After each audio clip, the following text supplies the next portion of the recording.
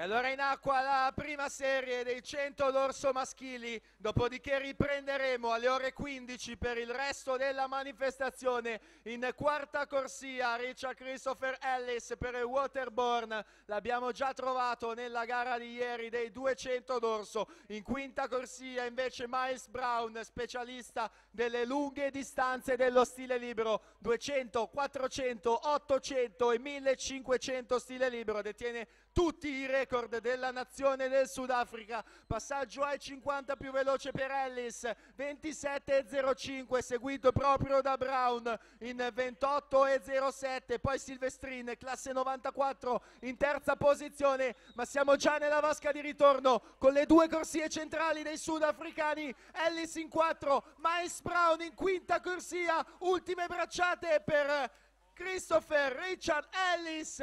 56.64, Miles Brown in seconda posizione, 57.06, e poi per la terza posizione è Davide Silvestrini.